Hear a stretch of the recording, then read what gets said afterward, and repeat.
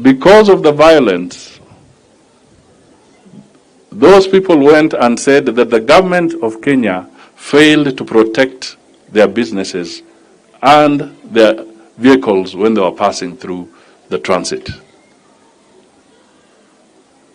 Do you want to know what the shocking news is? Do you want to know? Do you want to know? You really want to know? The judgment against the government of Kenya is a judgment, if you now include penalties and interest, of 185 million US dollars. In Kenyan shillings, at the exchange rate of 140 to the dollar, you are dealing with 25 billion Kenya shillings.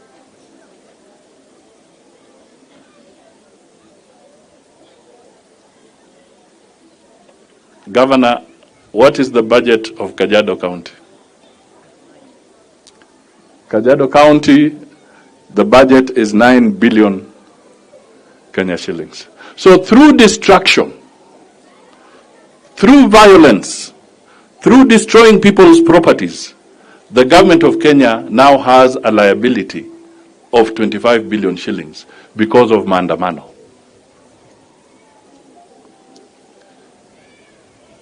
This matter was brought up in the East African community. It was raised by the East African community to Mzee Kibaki. It was raised to Uhuru Kenyatta.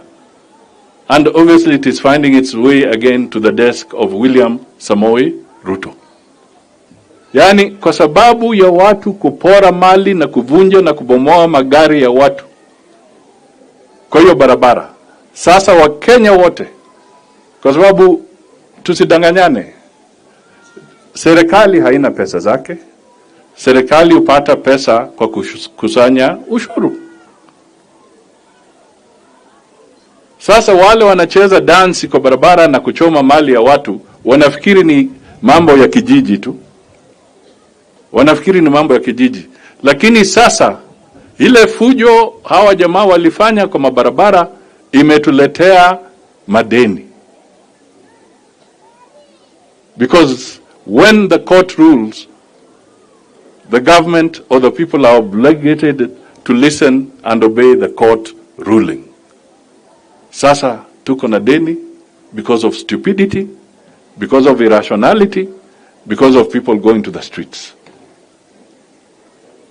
So, kwa katiba inasema you can picket, you can demonstrate, but it does not say, that clause does not say that you become violent and destroy people's property. So who bears the highest responsibility under such circumstances? Who bears the highest responsibility? Sasa ni sisi wote tutakuja kulipa. Kwa hivyo ni juhudi letu kuambia watoto wetu, kuambia jirani wetu, wachana na hii maandamano, watatuletea madeni hapo mbele. So we must stop this. Na tena mimi nataka niambie ndugu zetu, kwa sababu tulisema tukiwa Mombasa, tulisema Kenya is not in a crisis. Kenya haiko kwa crisis. Ukitaka kuona crisis, enda Niger. Hapo ndio kuna crisis. Kenya has got a government. Kenya has got institutions. They are working. Kenya is not in a crisis. In fact, wale wanafanya mazungumzo kule Niger, wakitaka holiday, watakuja hapa, wapumzike baada ya crisis ya huko. Kenya is literally a holiday home in Africa. It is a holiday home. It's not a nation in crisis. Kwa hivyo ni vizuri tuelewane na tusaidiane kwamba these are issues that we can solve locally. And we are committed as Kenya Kwanza that the issues that we want to deal with are very specific. One, let us clean up the area around IBC. Two, let us make sure that any residual problem on CDF is sorted out so that CDF matter is put to good closure. Let us deal with the gender issue so that we can fulfill what the Constitution requires on matters of gender. That is agenda item number 3. Agenda item number 4, the President himself had already sent a petition to the Speaker of the National Assembly to say that he would like that there be a formal office of the official opposition so that it is integrated properly into law. And the fifth item, now they want to discuss the office of the Prime Cabinet Secretary. Those are the 5 items that were raised and that constitute the agenda before this conversation, the teams that are going to converse. Kwa hivyo, sisi tunasema tuko tayari, we will negotiate on these items in good faith, but we want to make it clear that the government that has got the mandate of the people of Kenya is the government of William Samoei Ruto, and he's the president, and he should be allowed to do what he has to do.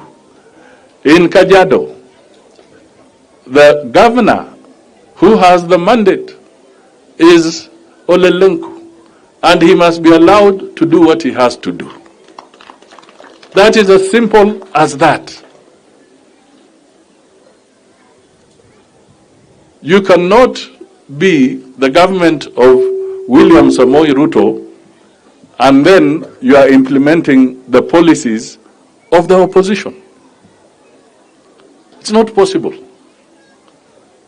You cannot be Governor Ole Lenku and he's implementing the policies of the people he defeated. He must present his case. He must present his policies, because it is on the basis of those policies that he was elected. So he must fulfill his mandate.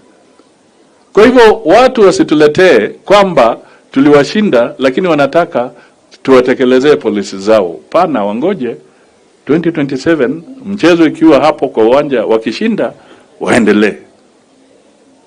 Lakini tukae kama Wakenya. That is the message we want to push across, and we assure you that we are okay. Climate change is important. In early September, President wa Taifa Letu is holding the summit of the Africa Summit AU for climate change. Haya maneno yanatusumbua sana, and we need to pull together so that things can be good for everybody.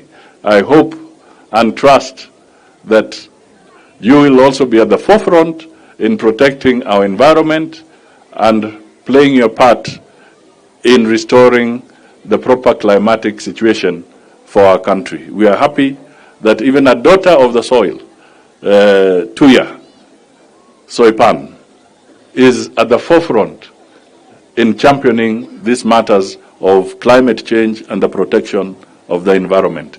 We will continue to give her support, to give the President support until we make Kenya a better place step by step. Sasa nimemaliza hiyo siasa, na mimi nitawaalika vile walisema hivi karibuni, Ole Lenku, nitakuita pia wewe tembee huko